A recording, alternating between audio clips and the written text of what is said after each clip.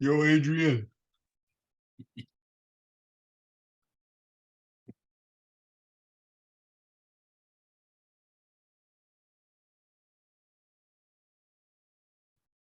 How's it going, everyone? I'm running in a little bit early, but you're welcome to ask questions if you have them.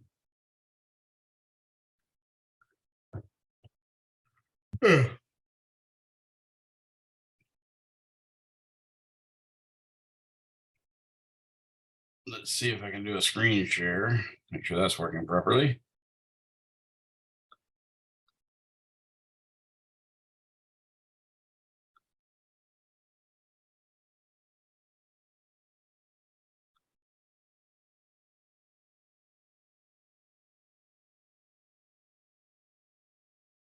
Yep, looks like that's working.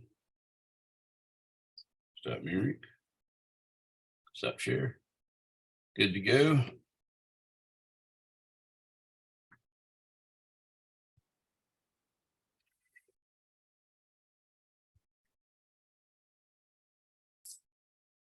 Anybody have any questions while we're waiting for the other people? We got like 1 minute left for class starts. Hey guys, Mo, we say hi to class. We say hi to the class. My little buddies. Say hi, everybody.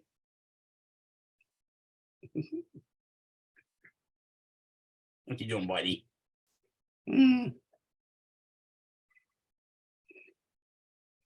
Got another student. Oh, you burped. Well, you burped on the internet. That's not good. Not supposed to burp on the internet. You gonna be good? Okay. Go be good, buddy. I got mine on you. All right, more people are coming in. We just met the 5:20 mark. So I guess it's about time to begin. I'll ask again, does anyone have any questions before we get rolling?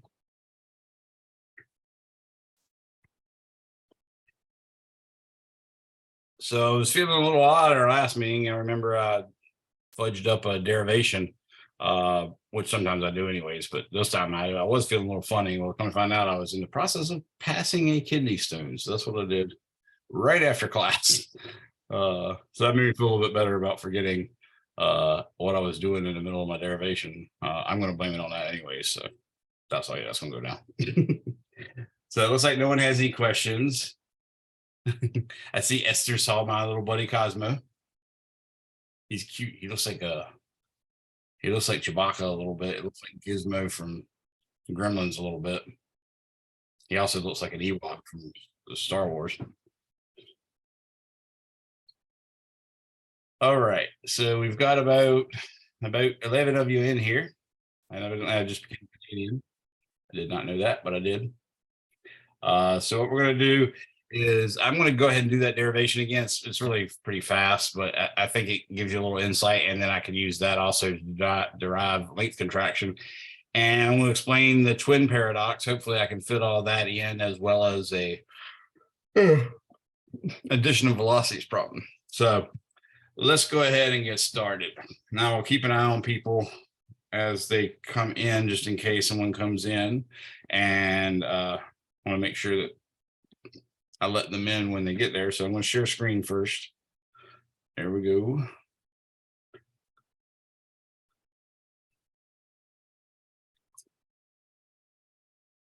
So as I told you last time, the two postulates of relativity, the two things that gives Einstein the ability to come up with the conclusions that he reaches in his paper, which was called On the Electrodynamics of Moving Bodies, which sounds kind of strange, right? His first one was the laws of physics are the same for all inertial observers. And I told you guys that was sort of his way of cutting out gravity. He knowing ahead of time that gravity had a problem, he was going to fix it, or at least he thought he was going to fix it, and he did. So it's pretty impressive. But the other one was the speed of light is a constant independent of the motion of the source or the motion of the observer. So let's put that one into action. And the way I'm going to do it is I'm going to draw a train car at 3 different times. So here goes our train car.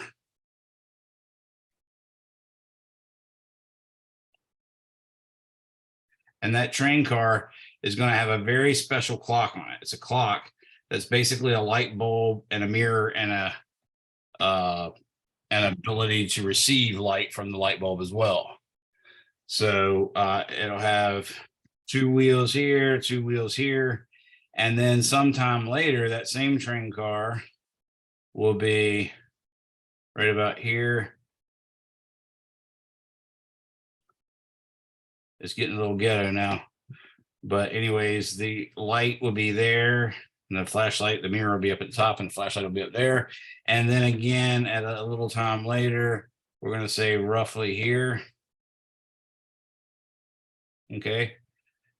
This train is in fact moving at a velocity v. Okay. So for us on the side of the railroad track watching the train go by, we say the light is going up, hitting this mirror right here, and then bouncing and landing down here back on the receiver.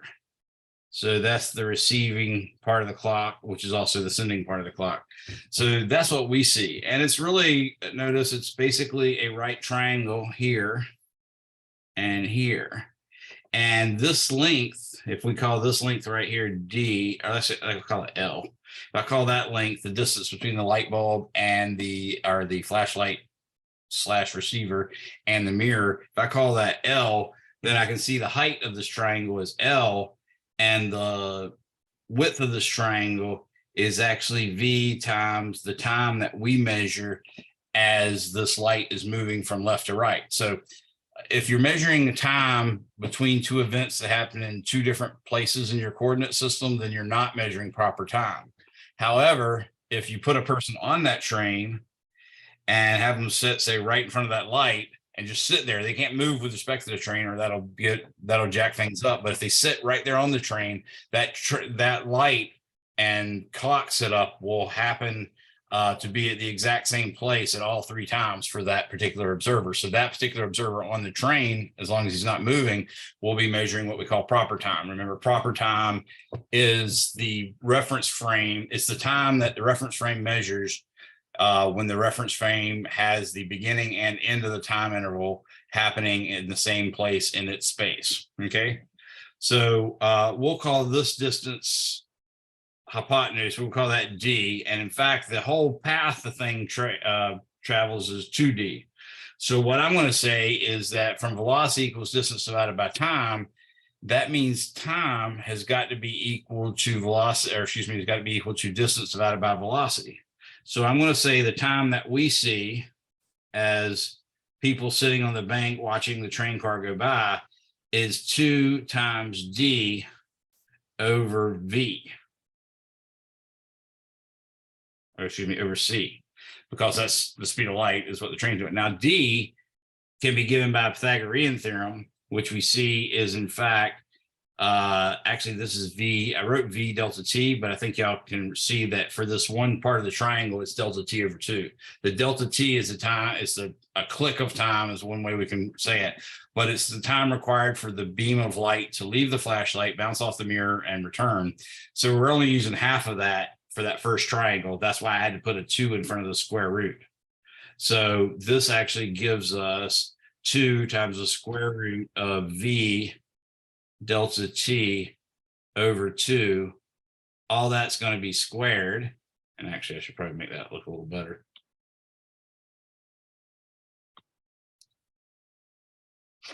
And I'll bring this up a little bit more too.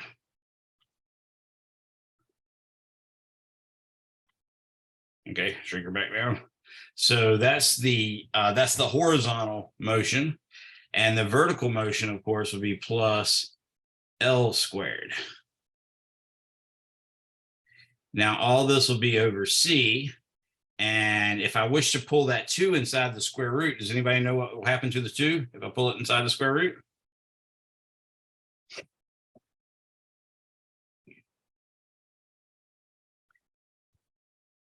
Well, what inside the square root would allow you to pull a 2 out in front of it?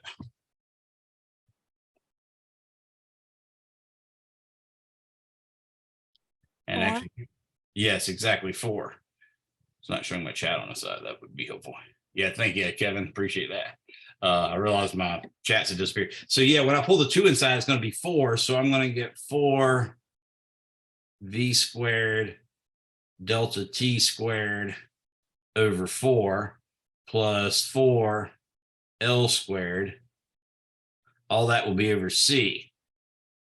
Now I can rewrite this by pulling the C inside, and I'm going to say delta T is now, notice the 4's cancel out between this one and this one. It's now going to become the square root of V squared delta T squared over C squared plus, now I'm going to write this a special way for a reason. I'm going to, instead of writing that 4L squared over C squared, I'm going to write 2L over C, and I'm going to square the whole thing. Okay, so that's the time interval that we see on the side of the track. Now, for the person riding the train, they see that delta T is an actual proper time. And they see its proper time specifically because in their coordinate system, wherever that flashlight was, the instant the light left it, that is in the same point in their coordinate system as it is when the light returns to it. Again, assuming he's not walking around, he or she's not walking around the train. So he's measuring proper time, and proper time is also given by distance divided by velocity. So the distance that you see it travel for, if you're someone on the train, is it goes up to the top, which is a distance L, and then down to the bottom, which is another distance L. So it's 2L, and then you divide that by the speed of light, which is C. Notice in both of these cases, in normal physics, we would have to add the velocity, at least in the delta T case, we'd have to add the V to the speed of light to see what we're actually doing. You're not doing any of that here because the laws of physics are the same for all inertial observers, and we're told that the speed of light is a constant independent of the motion of the source and independent of the motion of the observer. So we're not having to correct delta T0 or delta T, but by writing the proper time this way, I think you can see that, notice this looks just like this. So now I can plug them in, and I'm going to go ahead and square it in one fail swoop as well. So I'm going to say delta T squared is equal to V squared over C squared delta T squared plus 2L over C turned out to be delta T0. So I'm just going to call this delta T0 squared.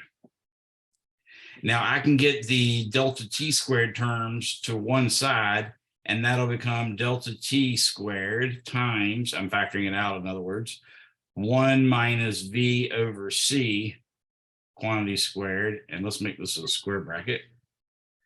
And what's left after pulling that term over there is just the delta T0 squared on this side. So now I can take the square root of both sides and divide by that factor of square bracket 1 minus V over C quantity squared. And that gives me the answer we're looking for, which is the non-proper time is equal to the proper time divided by the square root of 1 minus V over C squared. I think somebody else just came in. There you go.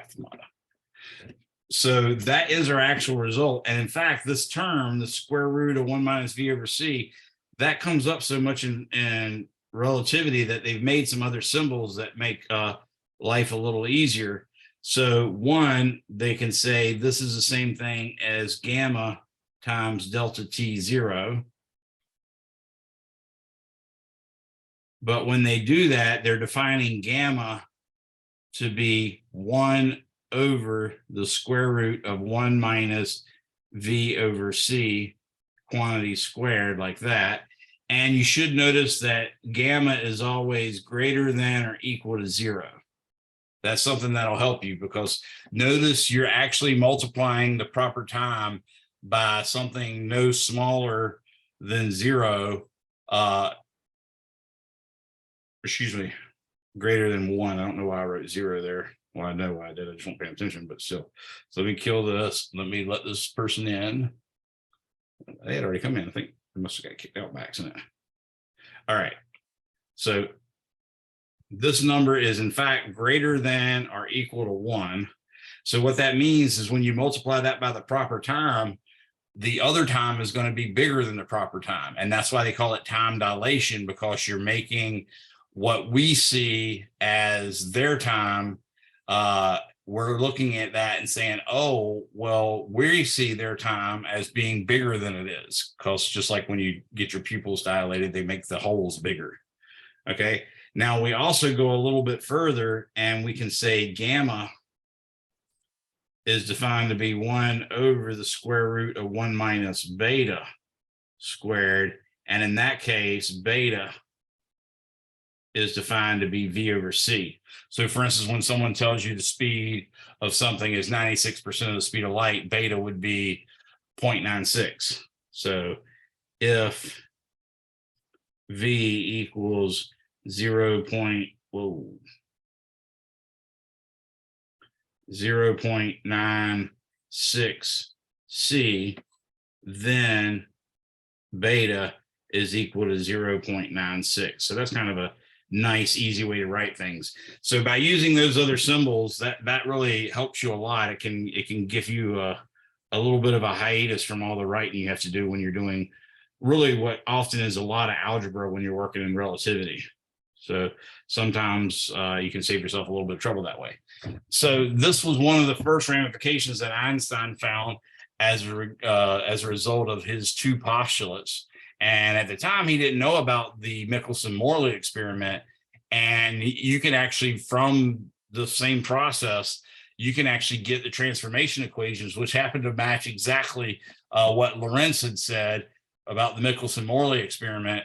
When they didn't detect the ether, he said it was as if the ether was mechanically being compressed, and he wrote out these equations, and lo and behold, those equations are exactly the same ones that Einstein had derived, but for a good reason, which was namely that the Maxwell's equations were telling us the speed of light was a constant independent of the motion of the source and independent of the motion of the observer.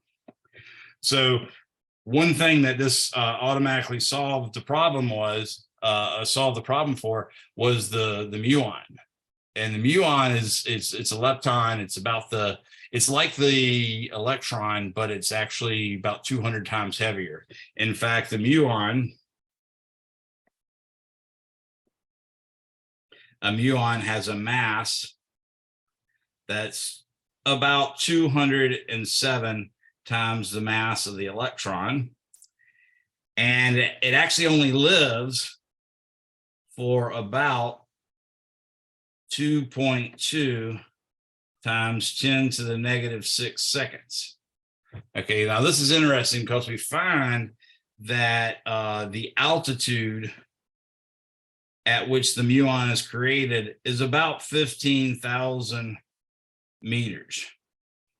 Okay, it's created when cosmic rays interact with the molecules in our upper atmosphere. And then all of a sudden, what's created is a muon that pops out, acting like somewhat like a electron. One of the flavors or one of the charges is, of course, negative, and it comes out moving at about, well, I will say it turns out to have an average energy of about 4 GeV. Ooh, I wrote the wrong thing. So in this everyday life scenario that's happening with regards to the muon, it turns out that when we detect those muons, we detect that the energy of the muon, specifically the kinetic energy of the muon, is equal to 4.0 GeV. Now, in reality, what I mean by that is they detect it being made at about 6 GeV. And by the time it gets to the surface of the Earth, it's dropped down to about 2 GeV. So it turns out you can sort of treat this as if it's an average of 4 GeV. So now, what is a 4 GeV? Well, that allows us to use some of the other equations, and that's why I chose this way instead of giving you beta. I didn't give you beta, I didn't give you velocity, I just gave you the energy. So when physics book says the energy of a particle is blah, or they ask you for the energy of a particle, what they mean is what's the kinetic energy. Now, we know that kinetic energy is equal to gamma minus 1 times mc squared. Now, this is where a neat system of units can come in super handy. If I were to take mc squared for the muon, I would put in 207. So M is equal to, and this is for the muon, 207 times 9.109 times 10 to the negative 31st kilograms. And then I have to multiply that by the speed of light twice, in other words, squared, right? Well, I happen to know that the energy of the electron, say the rest energy, M sub E C squared, is actually equal to 0.511 MeV, like that. Okay.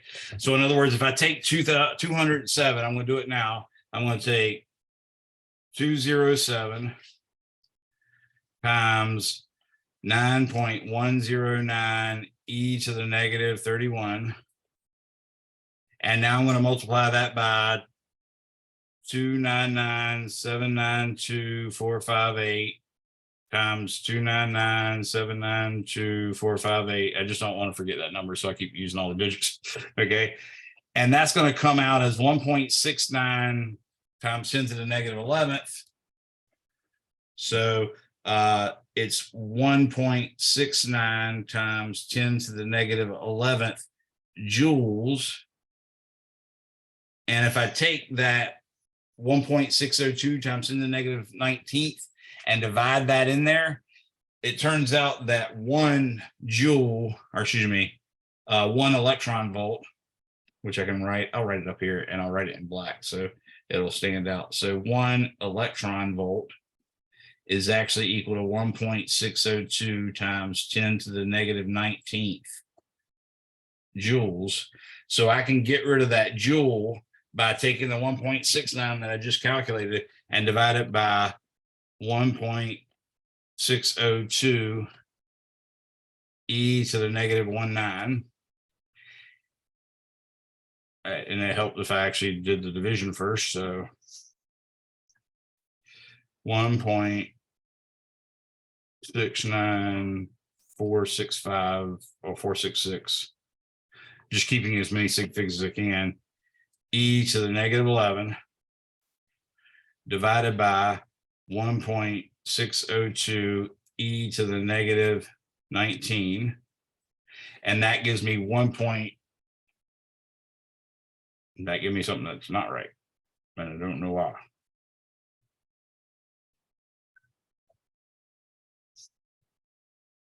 Did anybody do that division yourself? Or the 9.109?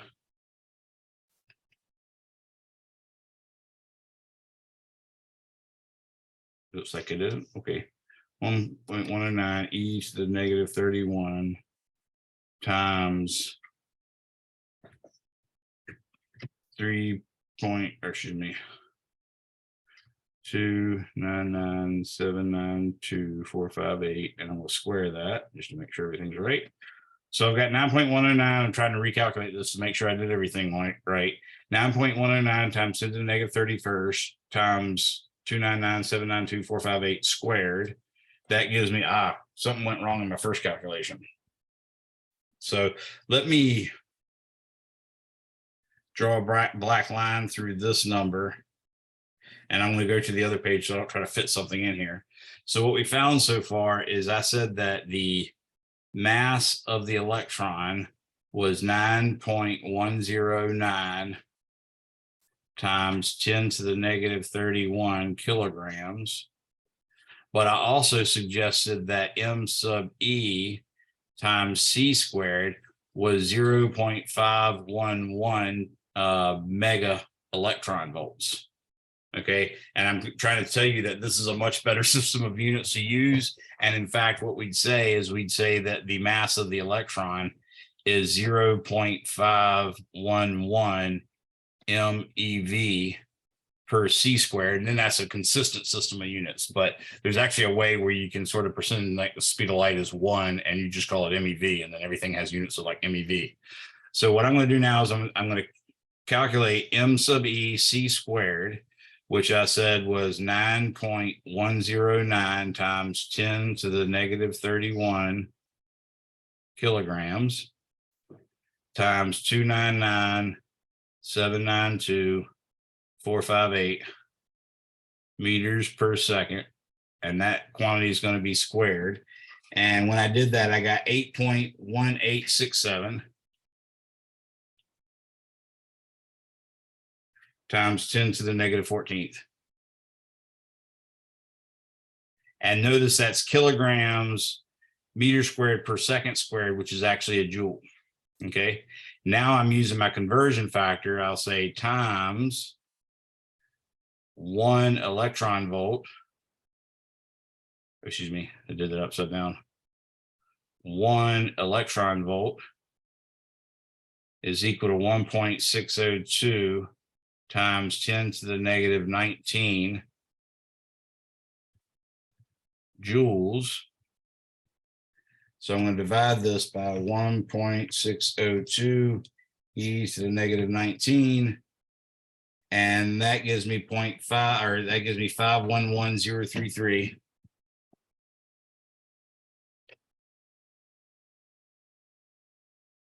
Electron volts, which I think you can see is the same thing as 0.511 times 10 to the 6 electron volts, which is exactly 0.511 mega electron volts. Okay.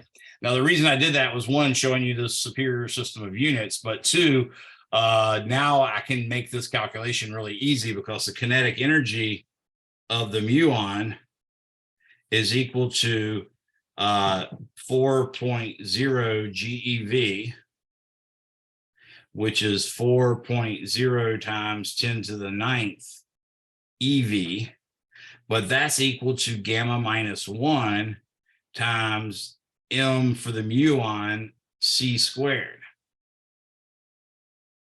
Okay, well, I know m for the electron is equal to, or excuse me, I'll do it a different way. I know that m for the electron c squared is equal to 0.511 MeV. And I know that the mass of the muon is 207 times the mass of the electron. So that means the m mu c squared for the muon is 0.511 times 207. And that gives me 1.05. And I'm counting the decimal places: 1, 2, 3, 4, 5, 6, 7, 8. What's it? 1, 2, 3, 4, 5, 6, 7, 8. That's 1.05 times 10 to the 8th MeV. Okay. So now I know that roughly m mu c squared is approximately equal to 105. That's one way I could write it. So I'll write it that way: 105. Actually, I'll say 105.8 MeV. Okay.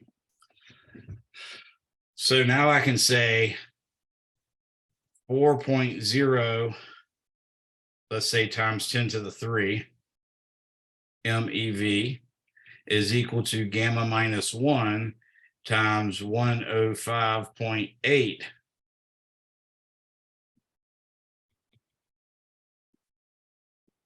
MeV. So you can see gamma minus 1 is just going to be 4 times 10 to the 3rd MeV minus 105.8 MeV.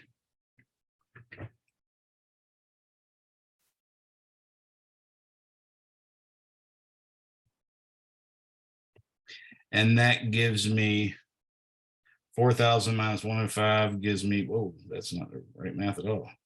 Okay, gotcha. 105.8 8 from 4,000.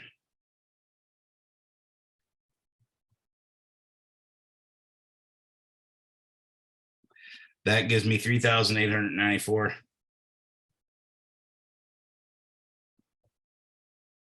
That don't seem right at all.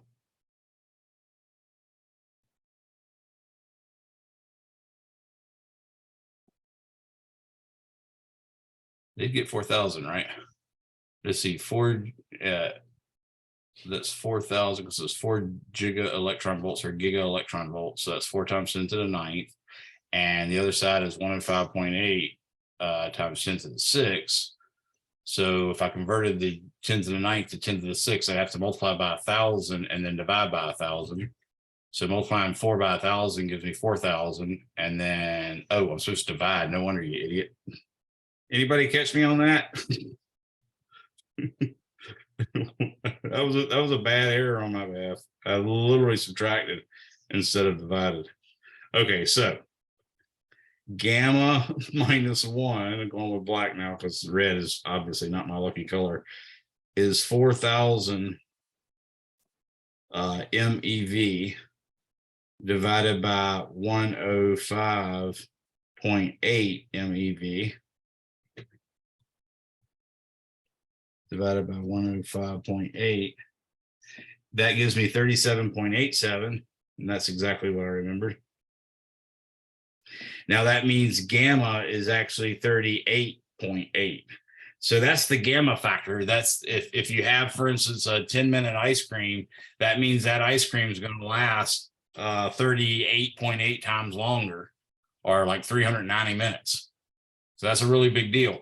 Now that we have that, we can use that to actually calculate what the velocity is. So we found that the muon had an energy of 4 giga electron volts, and we can use that to find out what its time dilation factor is. We can find out what its length contraction factor is, all that stuff, because we've now found gamma. But we can also remember that beta, if you had gamma, is defined to be 1 over the square root of 1 minus beta squared. If you want to find out what beta is, you square both sides, you get gamma squared equals 1 minus 1 over 1 minus beta squared. And then you'd say 1 minus beta squared is equal to 1 over gamma squared. And then you could say, of course, beta is equal to the square root. Now, if I pull that over to the other side, get a common denominator, that's going to be gamma squared minus 1 divided by gamma. Okay. Well, if you do that, if you take that 38.8 and square it, and then subtract 1 from that, and then take the square root of that, and then divide that by 38.8, whoa, you get that's 0.99998.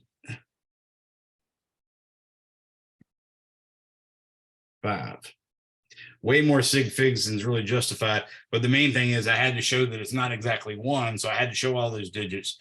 And that turns out to be extremely high, very, very, very close to the speed of light.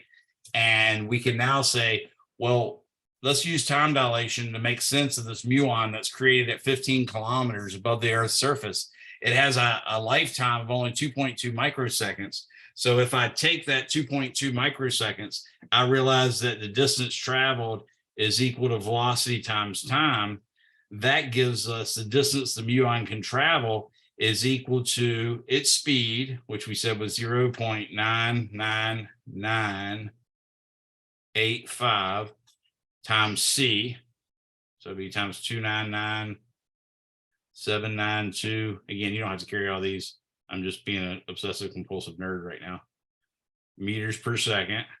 And then I multiply that by what we know is the lifetime of the muon. The lifetime of the muon is 2.2 times 10 to the negative 6 seconds. So if I do this, I'm going to say times 299,792,458 times 2.2 e to the negative 6 And this gives me a whopping 659.4 meters. But it was at A equals 15,000 meters when created.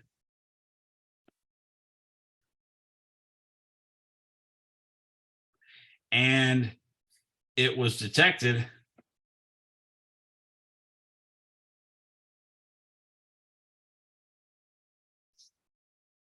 at A final equals 0 meters. So you're like, how did that happen?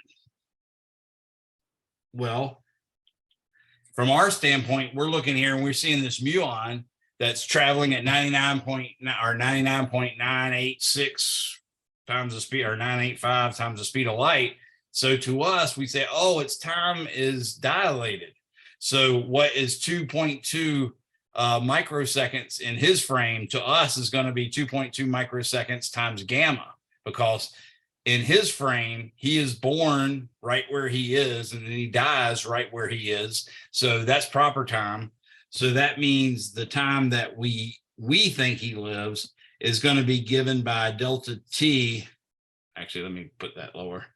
That's going to be given by gamma times delta t 0. So we already figured out what gamma is. So we can say 38.8 is the gamma factor times 2.2 times 10 to the negative 6 seconds. So we're going to say its life is actually 2.2 e to the negative 6 times 38.8. And that gives me 8.54 times 10 to the negative 5th. So if it does live that long, is that sufficient for it to make it to the surface of the Earth? So let's say now X for the muon, time dilated. We still see it traveling at 0.99958, whatever that was, 999. Where'd it go? Oh yeah, 99985, sorry. Times the speed of light, which I'm gonna call 2.99, let's say 2.998 times 10 to the 8th meters per second. But now instead of 2.02 times, or 2.2 times 10 to the negative 6 seconds, we've got 8.54 times 10 to the negative 5 seconds. So I can do all this and say 8.54 times 10 to the negative 5th times 0.99985 times,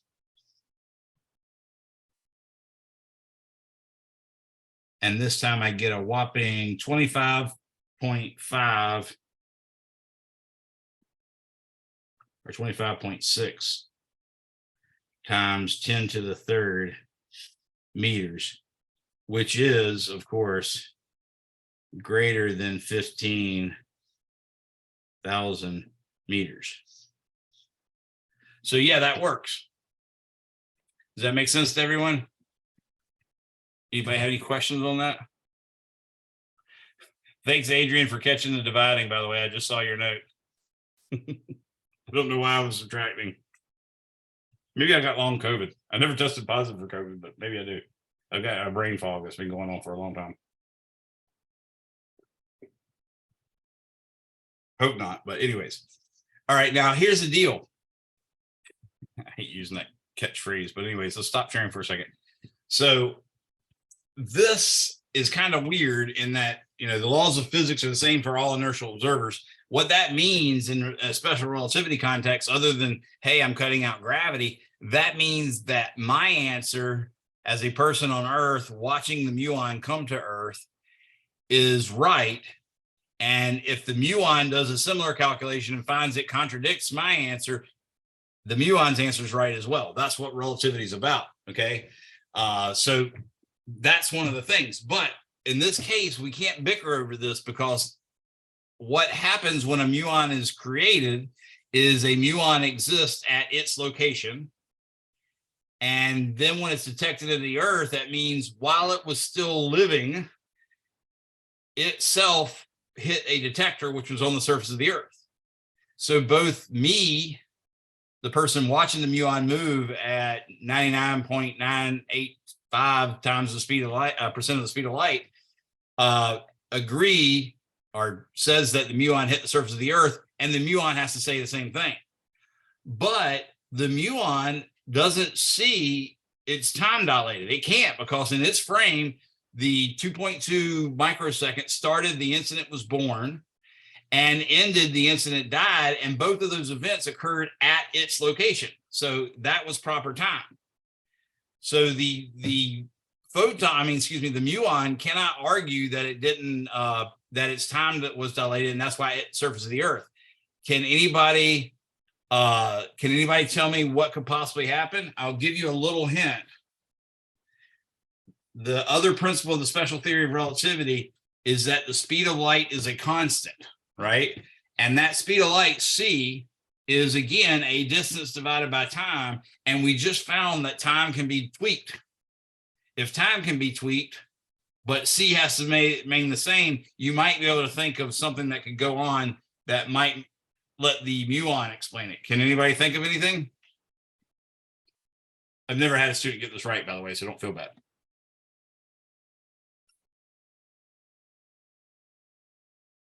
But you could be the one.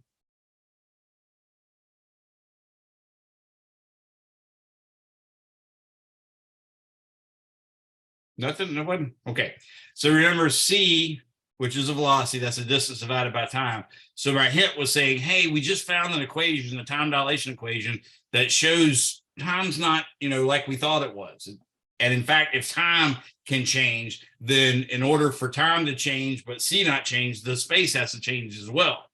And it must, in fact, change in reciprocal ways, meaning that for the muon, it would have to have space shrink, whereas for us, we had to have time lengthened. So you can either adjust it so that the muon makes it to the surface of the earth, either by shrinking the distance or increasing the time. And that lets us know, okay, we expect from relativity that length will actually be contracted, and that's the actual calculation that's done. So for instance, if you talk about an earthbound viewer, so on Earth, let's see this.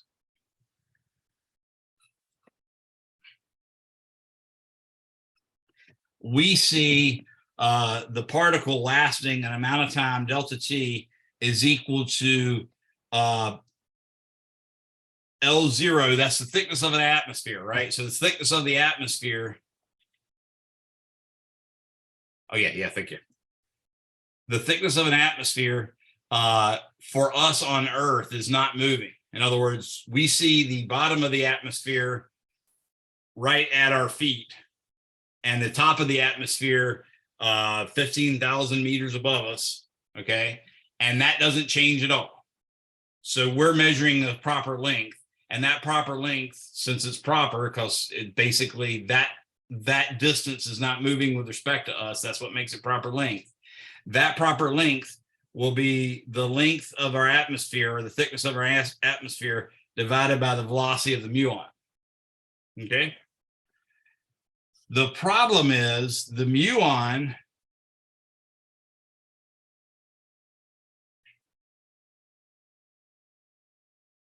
for the muon, it says, wait a second, the time I'm alive, which is delta t0, that's its proper time, right? It's actually going to live 2.2 microseconds. That's going to actually allow me to travel a distance, or excuse me, well, we can figure out what it's going to travel, but that allows me to calculate the distance you guys would see, or we would see on Earth, because remember, we found that delta t is equal to gamma delta t0. So this means delta t0 must be delta t over gamma.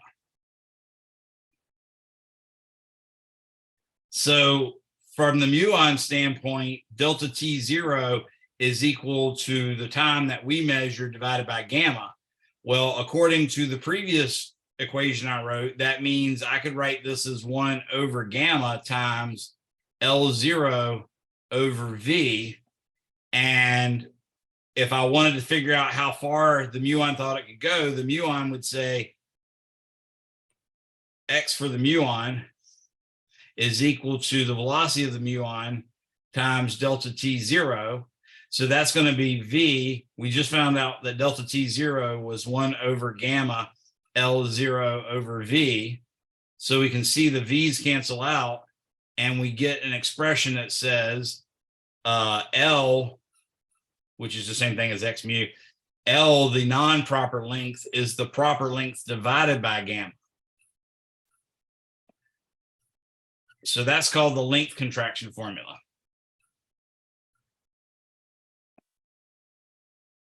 And what it says is basically, if an object's moving, the dimension it has parallel to that velocity will in fact shrink. So I like to tell people a Lamborghini going fast enough will actually start to look like a Volkswagen Beetle from 1966. Because actually a Lamborghini is about two or 3 inches shorter than a Volkswagen Beetle. But if you Lorentz contracted or length contracted enough, it'll be exactly the same length as a Volkswagen Beetle from 1966, and it'll look quite clunky. You can calculate that, and I will put that as a extra credit problem for you guys to do, or you might be able to find it on my YouTube channel as well. But anyways, that's something you can do. So now what we say is, okay, we've realized now that space actually gets smaller relative to someone that's moving over that space. So now we can explain from the muon standpoint how it hits the surface of the Earth. So here we go. For the muon,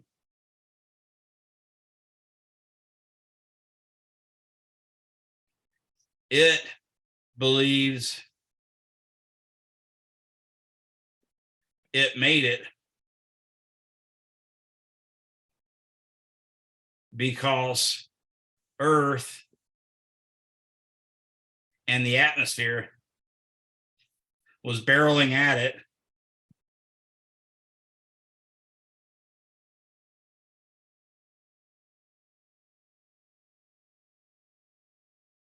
at 0.99985 C.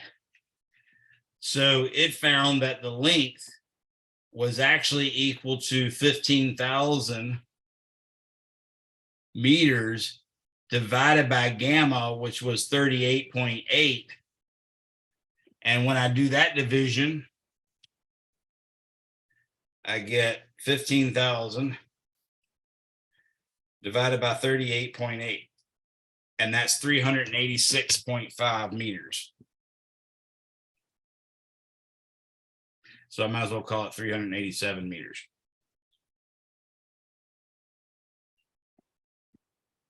So as far as the muon is concerned, it makes it because the atmosphere is not really 15,000 meters in its reference frame. The atmosphere is a mere 387 meters.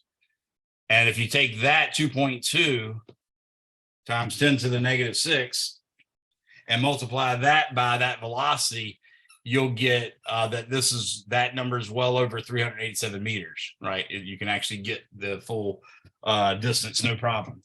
So that's how one physical observation, specifically that muons are created in our upper atmosphere, about 15 kilometers above the Earth's surface. The actual atmosphere, by the way, is around 96 to 100 kilometers thick, but it turns out these are actually created in a part of the atmosphere called the ionosphere. And that's roughly 15,000, or the part that it's found in is 15,000 meters.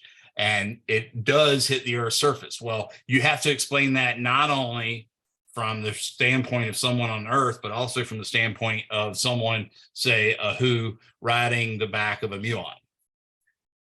So you couldn't have time dilation without length contraction, or you'd have a bunch of physical anomalies.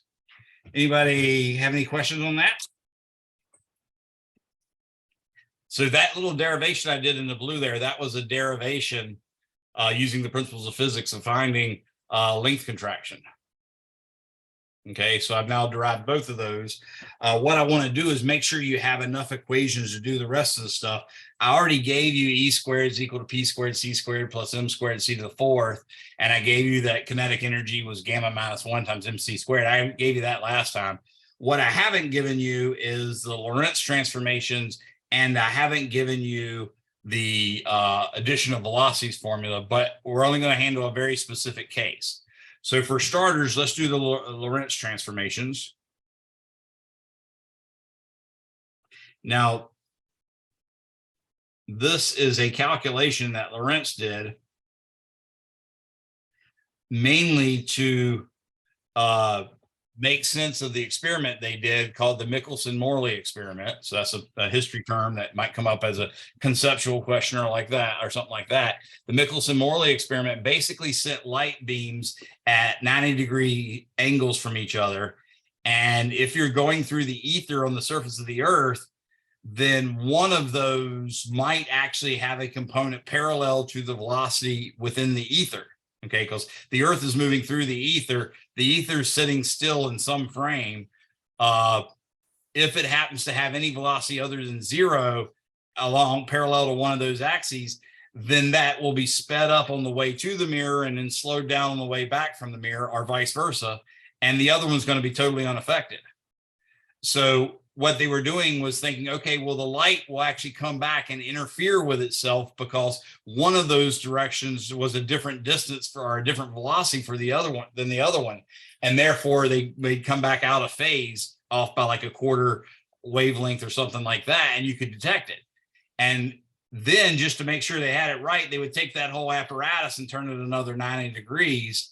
And that would guarantee that one of those two experiments would definitely detect the ether, the movement through the ether. And in fact, when they did that, they got no interference whatsoever. And instead of saying, well, we can't see the ether, we've never measured the ether, this is the first time we've tried to measure the ether and we got no result, maybe the ether is not real, Lorentz said, I can make sense of this experiment if I do this. And basically he came up with these Lorentz transformation equations. And he was basically saying it's as if the ether is mechanically deforming by our motion through it. And these equations can explain that. And it turns out his math and analysis was perfect, but his reason behind it was completely wrong because he was trying to save an ether, which we didn't need anymore because Einstein had his special theory of relativity, which gives you the exact same thing. So let me show you what that is. So what I'm going to do is I'm going to draw a coordinate system. And let's say this is, I'm going to say this is the X, no, I'll say that's the time axis. And I'll say this is the x-axis.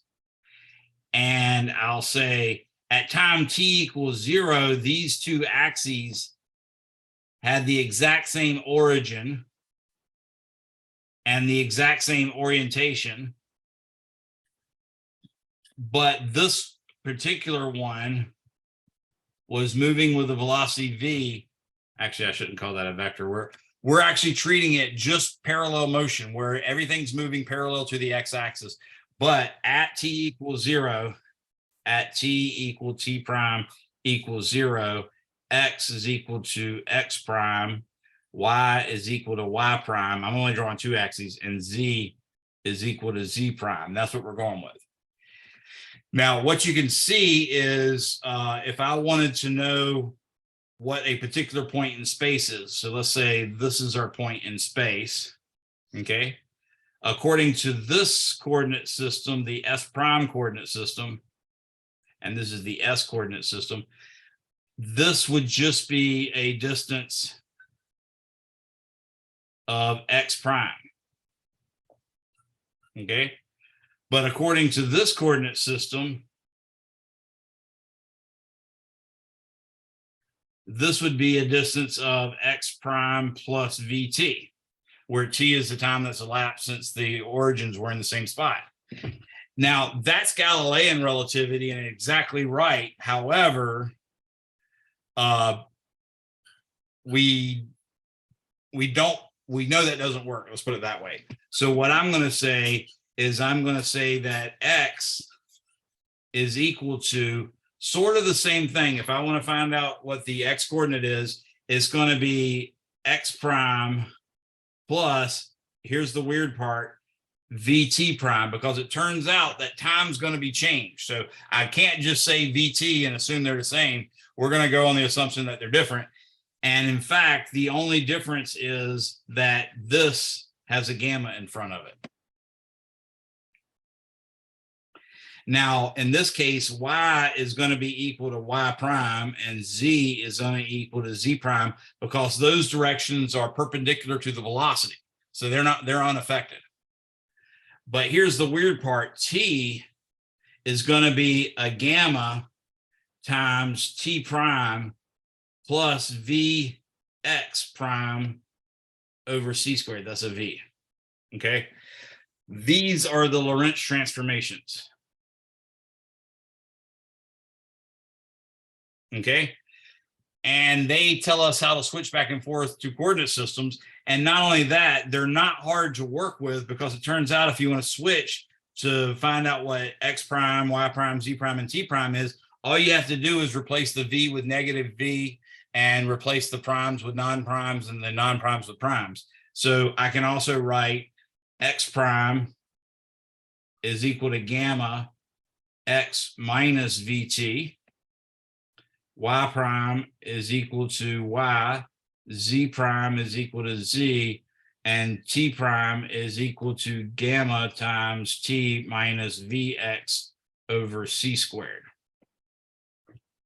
Now you can actually set up systems and use these Lorentz transformations to actually derive length contraction and time dilation and all that good stuff. So all that's completely doable with just these. Other thing you can do though is you can take, let's say, x1 minus x2 plus, and call that squared, and do y1 minus y2 and call that squared, and do z1 minus z2 and call that squared, and then do plus c squared. Actually, I don't want to do that. I do plus v squared t1 minus t2 squared. And when you calculate all that, what you'll find out is you get that that's exactly equal to x1 prime minus x2 prime squared plus y1 prime minus y2 prime squared plus z1 minus z2 prime squared plus v squared t1 prime minus t2 prime squared. So that's called an invariant.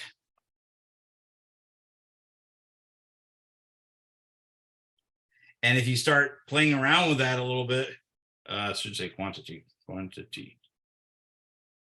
If you play around with that a little bit, you can get rid of the y and the z because we're only talking about x and t motion, and do that. And then you can say, okay, well, let's find where x prime and t prime is equal to 0.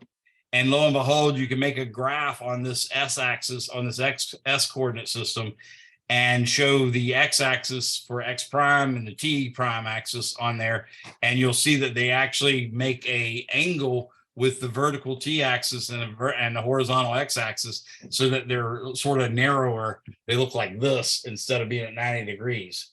The x-axis, the x prime axis graphed in S is actually slightly sloping upward, meeting at the origin, and the t-axis is actually slightly leaning to the right. But that actually allows you to come up with the Lorentz equations as well. So that's kind of neat, allows you to coordinatize them, all sorts of cool stuff. So those are the Lorentz transformations, and there's some problems where they're going to ask you things like that, but you got to pay attention to what's what, which one's the prime variable, which one's the non-prime variable, and sometimes you have to plug in the other things. Okay, in other words, they don't always give you just X, Y, Z, and T. Sometimes they'll give you X and T prime and T and ask you to find X prime. So you got to know that kind of stuff. So that's what the Lorentz transformations are. The other thing, and I derived these, by the way, on my YouTube channel, so you can check that out if you want. But the addition of velocities formula is kind of neat. And it looks a little bit like what we learned for Galileo.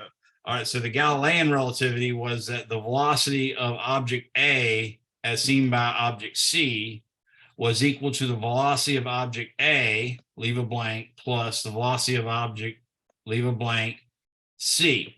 In other words, the first subscript has to match the first subscript on the left-hand side of the equation, and the last subscript has to match the last subscript on the left side of the equation. Then the middle two just have to match each other. Y'all remember when we talked about that? That would even be true for the vector equations when we did this in like chapter 2. But it turns out in relativity, that's not quite right. And we're only comparing issues when the velocity is parallel to, say, the x-axis, and we're only trying to calculate the velocity in the x direction. So it's a one-dimensional thing. I'm not going to put any vectors on it. But relativistically, the difference is 1 plus VAB VBC over C squared. And we also remember the caveat that VIJ is the same thing as negative VJI. So in other words, if you want to actually have the opposite order of subscripts, all you have to do is use the order that you have, but put a negative in front of it. Okay. So what I'm going to get you guys to do is try a little problem for yourself. The problem is going to be this. This is an extra credit problem. So this is the Earth right here, and I'm going to have a spaceship A traveling at the velocity of A with respect to the Earth. Everybody's going to agree that to the right is positive. This one's going to be 3/4 the speed of light. But there's also another spacecraft over here. That's B. And the velocity of B with respect to the Earth, notice it's going to the left, so it has to be negative. That's going to be negative 7/8 C. Okay. So I want you to answer 2 questions for extra credit, and I'll put a module up there in this week's module for you to turn it in. For extra credit, you're going to take and tell me what is the velocity of B as seen by A. Now notice everybody has to agree that something going to the left is negative, so this answer better come out negative. That's one case. Now the other case is what if B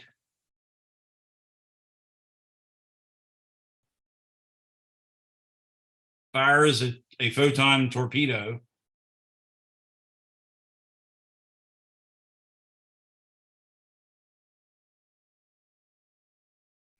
toward A. In that case, I'd like you to find out what is the velocity of the photon with respect to A, or you might call it the velocity of the torpedo with respect to A. Okay. That being said, I'm going to do a similar problem with entirely different numbers. Okay. So this one's for extra credit. You guys can do this for extra credit. What I'm going to do is say, okay, we have planet Earth here. I'm going to say that this aircraft right here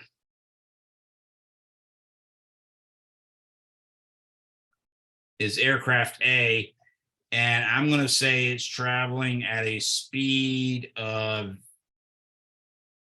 9/10 C is equal to the velocity of A as seen by E. And I'm going to say that this spacecraft over here is traveling this direction with a velocity of B as seen by Earth. That's going to be equal to, let's say 13/14 C. And then it's going to fire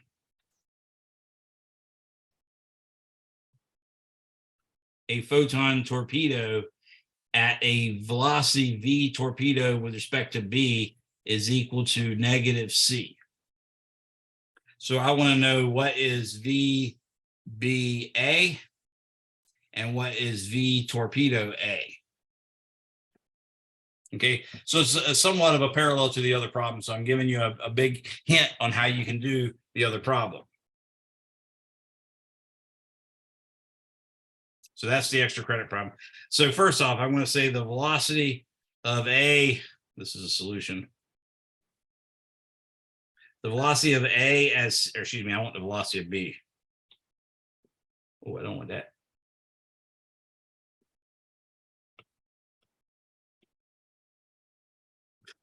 I want the velocity of B as seen by A, which is equal to the velocity of B as seen by Earth, plus the velocity of the Earth as seen by A, over 1 plus VBE VEA over C squared. Now notice I have a VBE, but I don't have a VEA. So I'm going to write this as VBE. Oh, this is supposed to be negative. Don't forget your negatives up here, everybody. I don't know why I didn't write it there, but there it is. Okay. Everybody see that? So I'm going to write VBE is negative 13/14 C. And then I'm going to say plus, but because I need VAE, or I need VEA, but I only have VAE, I'm going to change that plus to a minus, and it'll be minus 9/10 C. Then this is going to be 1 minus, because again, that VAE is what I have, and I needed VEA. So this is going to be negative 13/14 C times times positive, because I already took the negative into account, 9/10 C, 9/10 C, and all that divided by C squared. So 14 doesn't seem likely to go into any multiple of 10 until you get to 14. So I'm going to say 140 is the least common denominator. So I'm going to say the numerator turns out to be 130 over 140 minus 9. Ooh, 9 times 14. That's 90 plus 36. That's 126. And all that times C over 1. Now I had a plus for the 9/10 because I put that negative out in front, but now I've got a negative and a negative. So it's going to be 13/14, which 14 is only divisible by 2 and 7 as their primes, and 9 is 3 times 3 as their prime. So nothing cancels out with that. Same thing with the 10. So I'm going to get 9 times 13 is 90 plus 27. That's 117. The C's cancel out, by the way. 117. 9 times 10 is 90. 9 times 3 is 27. So yeah, that's 117. And then 140 down here. Okay. Well, that means that 1's going to be 140 over 140 over 140. So 140 plus 117 is 257. So I'm going to get 256, negative 256 C over 140 divided by 257 over 140. So I can see that this velocity is going to be 257 C. And it's negative because obviously it's going to the left. So I can go ahead and write that the velocity of B as seen by A is negative 257 C.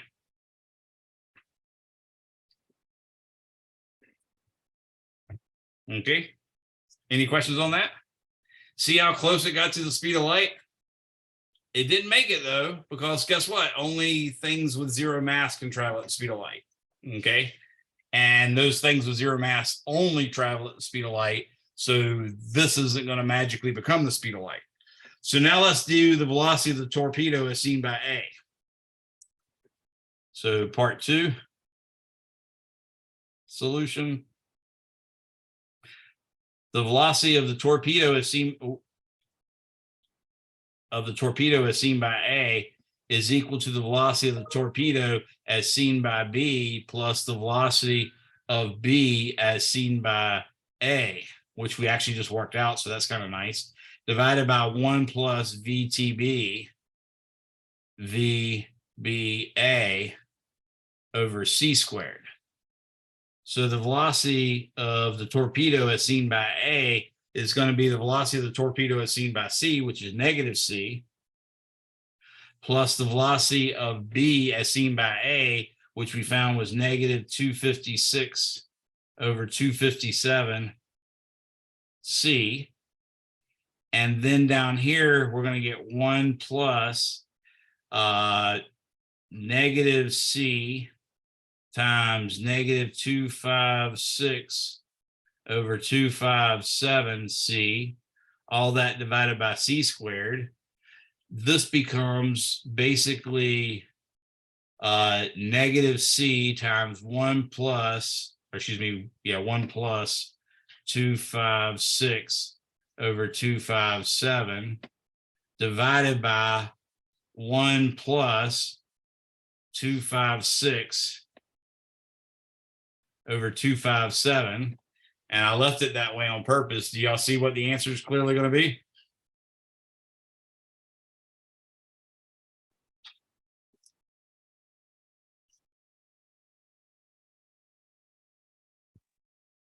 Making sure somebody's not chatting the answer. Nobody chatted it. The answer is negative C.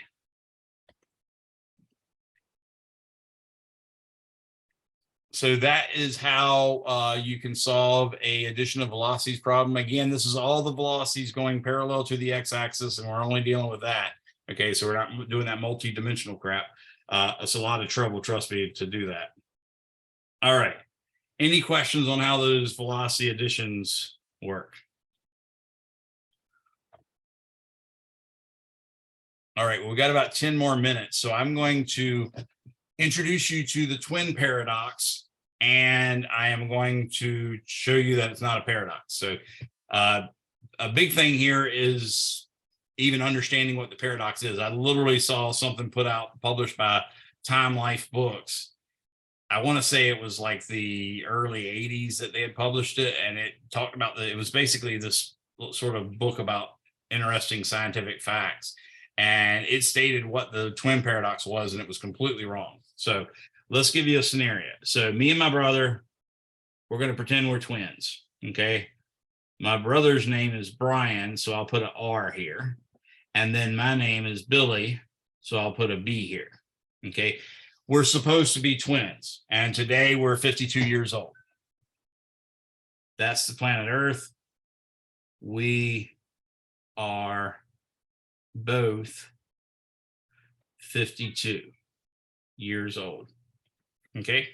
Now what's going to happen is there's a spaceship going to fly by here, and it's going to go 86.602% of C. And we're going to fly a really long distance. In fact, we're going to fly a distance that's so far, we're going all the way to the star Alpha Centauri, which is actually a double star. But it's the nearest star to us other than our sun. And in fact, it's about 4.2 light years away. Alpha and Proxima Centauri are the two there. Okay. So what's going to happen is I am going to transport there. So I've transported to the spacecraft. And then when the spacecraft gets over here, luckily there happens to be another spacecraft going exactly the opposite direction with a velocity of 0.86602 C as well. And I'm going to transport myself into this one. And then once I get over to here, I'm going to transport myself back to the Earth. Okay. Now, if I want to figure out how long this trip took, I would say t is equal to the distance divided by the velocity. So the distance is 8.4 light years. And if I use the 0.86602 times c, then I can use the speed of light to be 1 light year per year. Okay. So all I really got to do is divide that 8.4 by 0.866. So 8.4 divided by 0.86602 gives me 9.7 years. So when I return,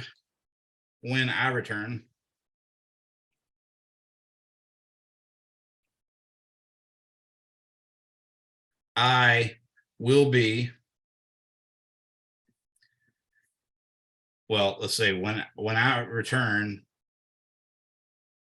and Brian will be,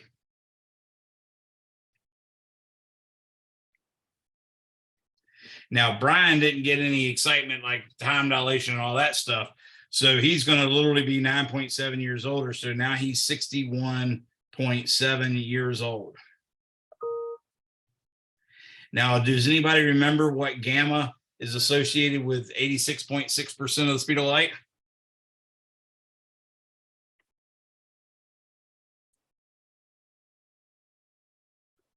It's root 3 over 2. 38.8? Yes, yeah. So he's the 0.8, the 86.602 turns out to be the same as the square root of 3 divided by 2. If you plug that in, you get a gamma factor of 2. I missed part of it, but you might have said it right. I missed part of what you said. So in fact, instead of me being 9.7 years old, I'm only going to be about 4.8 years old, 4.85 roughly, but I'll just call it 4.8. So now I am 52 plus 4.8, that's going to be 56.8 years old. And that's because the Lorentz contraction factor, gamma equals 2.0 for beta equals 0.86602. Okay. Now, this is what Tom Life book said was a twin paradox, and it's just freaking dead wrong, right? This is actual fact. This is the real thing. So in fact, it's a fact that when one twin jumps on a spacecraft, flies to Alpha Centauri at 86.6% of the speed of light, it's going to take him about 9.7 years, according to people on Earth, for him to make it to Alpha Centauri, catch a ride going the same speed back, and then teleport down to Earth, so that everybody on Earth will have aged by about 9.7 years. But because that person that jumped from the Earth into the spacecraft had time dilated by a factor of 2, he's only going to be about 4.8 years older. Okay. That's just fact. That's not the paradox. A lot of people think it's a paradox because it's two twins and now they're not the same age. No, that just happens. Okay. Now, what the paradox is when my brother gets all witchy poo, whiny poo poo head and like wants to be the younger person. Right. So Brian says, whoa, wait a minute.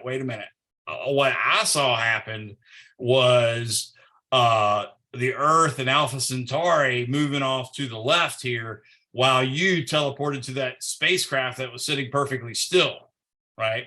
And what happened was the Earth and Alpha Centauri moved to the left until Alpha Centauri got lined up with the spacecraft.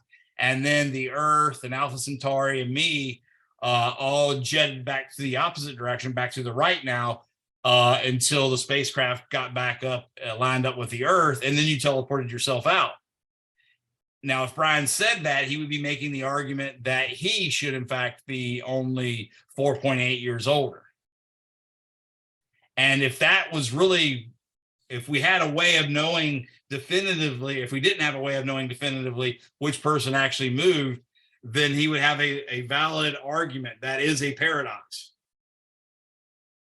But we can do an experiment to tell which one moved, and I think y'all all can see which one moved, obviously. But the experiment would be, I call it fuzzy dice. So if I wore and my brother wore a pair of fuzzy dice earrings, when I teleported from Earth down to that first spacecraft, obviously I would go from going 0 meters per second to going, you know, almost 186,000 miles per second. Clearly my fuzzy dice earrings would sling towards the back of the aircraft because I'd suddenly take off. Brian's earrings would stay the same. And then when I got to Alpha Centauri and teleported from a ship going 186,000 miles per second to the right onto a spacecraft going 186,000 miles per second to the left, that's a huge turn. In fact, the fuzzy dice would swing all the way to the right really, really vigorously. And then when I got back to lined up with the Earth and I teleported from the spacecraft to the Earth, I would go from going, you know, nearly 186,000 miles per second to 0 instantly, and my fuzzy dice would swing off to the left. Brian's fuzzy dice would stay still all the time. So because of those fuzzy dice, we can make the conclusion that clearly I'm the one that left the planet, traveled some distance, turned around, came back, and teleported myself back, and Brian can't make that claim, so there's no paradox. Does that make sense?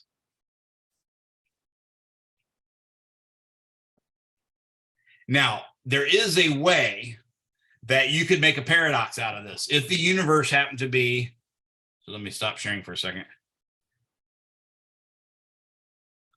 If we lived in a closed universe, what I mean by that is on a grand scale, let's say the universe is not perfectly flat. Perfectly flat would be like neither open nor closed. But if it's closed, that could be like it's a 4-dimensional space that's in some sort of sphere. So in fact, if I found a spot in the universe where the circumference was, say, 8.4 light years, then I could actually fly on that spacecraft around the circumference and come back. And because I was moving at 86.6% of the speed of light, people on Earth would say 9.7 years passed by, but I would have only aged by 4.8 years. But now, other than the instant I teleported to the spacecraft and the instant I teleported back, which I'd never actually have to be on Earth with him. I could have started off on the spacecraft and ended up on the spacecraft, and it'd still be the same argument. In that case, my earrings never moved and Brian's earrings never moved. And in fact, he would have a real paradox. My interpretation of that is that's a pretty good reason to assume that the universe is not closed. Okay. Now we do some experiments to look for stuff like that. Locally, we can find the universe is in fact not flat, not cool. Okay. So we have like a depression for the sun in the 4-dimensional space. We have depression for all the planet. We have a depression for Fat Mr. Younger standing there as well. I have a gravitational well, right? But if you look on a large scale, those are little dimples in small space. But if you get on a large scale, everything seems to be flat because we can measure the interior angles of triangles and they turn out to be 180 and so on and so forth. So time's up now. You guys are free to go. I will finish up off the relativity chapter next time. But you have basically everything you need to know to do any of the homework problems for this chapter 36. So get crack-a-lacking, and I'll wait for the last person to leave in case anybody has any questions. Thanks for coming, everyone. Have a good evening. You too.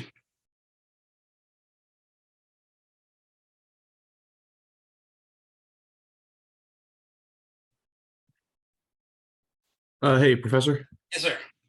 So I missed the last 2 lectures. I'm doing all right on the homeworks and catching up. I just was wondering if there was anything said about the tests and everything was going on with them. Okay, yeah. So this weekend you probably got my emails. I did set up the little chapter practice. So each one of those has like 1 concept question and 3 problems. So if you feel like you have a weakness in, say, chapter 2 or chapter 2, but not 5, then you can focus on that by just doing that. I'm also still going to try to put another practice midterm up there if I haven't done it already. I can't remember what sections I've done it with and which sections. Oh, I'm good on the midterm. I was mostly talking about like the tests for the other units. Gotcha. So the next test, I think the last test we had was the midterm, if I remember correctly, and that was up through chapter 6. So we have a chapter, a test that should be at least chapter 7 and 8. I might make it 7, 8, and 9. I'm not sure. And my intent is to probably create that this week and then probably give you until at least Wednesday of next week. In other words, just before Thanksgiving break, to have that turned in. And I'm going to send out the retest for the midterm. That's going to be available next week, all through Thanksgiving break. And then I'm even going to allow you a couple of days afterwards in case anybody's going on vacation. So you can do the retest of the midterm over the Thanksgiving break, or you can do it when the day you get back or within a couple of days after you get back. Awesome. Thank you. No problem. See you. See you.